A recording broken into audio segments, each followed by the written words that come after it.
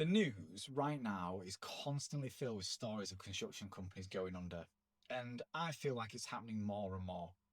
That's contractors and subcontractors, developers, suppliers, businesses that looked busy, businesses that had lots of live projects. And from the outside, look, they had plenty of work. So, why did they collapse? Well, there's a million different reasons to choose from. There could be costs have increased or output slower. Compliance is ever heavier. Workforce is shrinking. Materials are always expensive. Regulations become tighter. And programs are harder to deliver, which all makes the margins thinner. Now, clients, they want everything faster, cheaper, with less risk. So, yes, there's lots of problems out there, but if you ask almost any construction business owner, what's the biggest issue they have to deal with? And they'll all come back with the same thing. It's cash flow. Because cash flow is where all the problems land. You can survive those tight margins if your payments are reliable. You can survive those delays if you've got the working capital. But when your cash stops moving, everything becomes very dangerous. And that's the reality within construction. A company can be very, very busy, yet still broke. It can have people on site, it's got vans and people on the road and a full order book. But if the money's not coming in quick enough, none of that means anything to a strong or a weak business. Because businesses still have to pay wages, suppliers, subcontractors, plant, fuel, tax, overheads, and prelims. And that's before anyone else gets paid from the business. Before the valuation is certified, before variations are agreed, before retention is released. So the pressure is constant. And that's where construction becomes brutal. Because a bad job does not lose profit. It drains cash. One late payment affects everything. One underpriced job wipes out several good ones.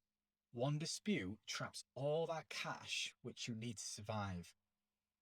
One delay may destroy that margin that was supposed to be there to keep you alive. And that's the dangerous thing. From the outside, it can look like success. People see turnover, activity, growth. They see new projects starting. But turnover, that's not profit. Activity is not stability. And being busy is not the same as being safe. In fact, the wrong work is often more dangerous than no work.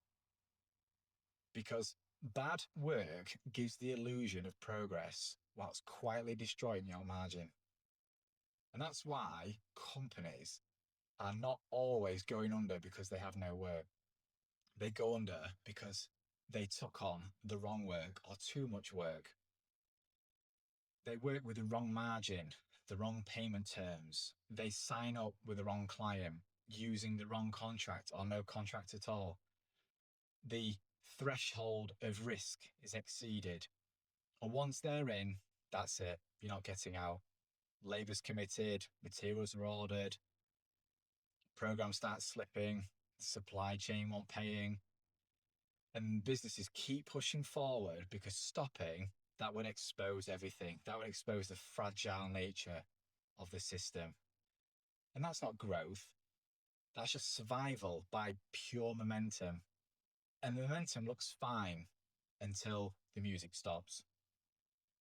And that is what people on the outside in this industry keep missing. Construction companies are not always failing because they're lazy or short of work. Sometimes they're failing because the commercial model's broken. The sector expects businesses to take on the risk, fund the work up front, absorb the delays whilst chasing payment and still deliver on those thin margins. So when cash flow is weak, every decision becomes defensive. You're chasing turnover. You accept bad work. You take on risks where normally you wouldn't. and you hope the next job fixes the last one. But bad work rarely saves a weak business. It usually compounds and makes it far worse. So when another company goes under, we should ask ourselves probably a better question. Not just, did they have work? Was the work commercially survivable? Was it priced properly? Were the payment terms realistic? And was that risk fully understood? Was there enough margin to absorb all these problems? Because if the answer is no to any of those, the business was not building strength, it was carrying risk. And in construction, carrying too much risk with too little return is how good companies get broken. And that's the reality. The biggest issue is not always a lack of work, it's the cash flow. And behind that is the quality of the work that you choose to undertake. Because the wrong job can be worse than no job. And a full order book means absolutely nothing if you don't have the cash to survive it.